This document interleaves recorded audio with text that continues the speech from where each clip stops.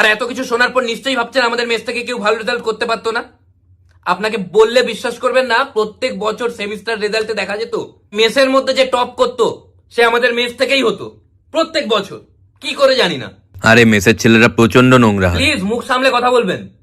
আমাদের মেসের 7 জন ছিল, আমরা প্রত্যেক দিন স্নান করতাম। আমার বুধবার স্নান করার পালা ছিল, বুধবার না স্নান করতে পারলে পরের বুধবার দুবার স্নান করতাম। এমন কোনো দিন নেই যে আমরা স্নান করিনি, কেউ না কেউ করে নিত আমাদের মেসের মধ্যে।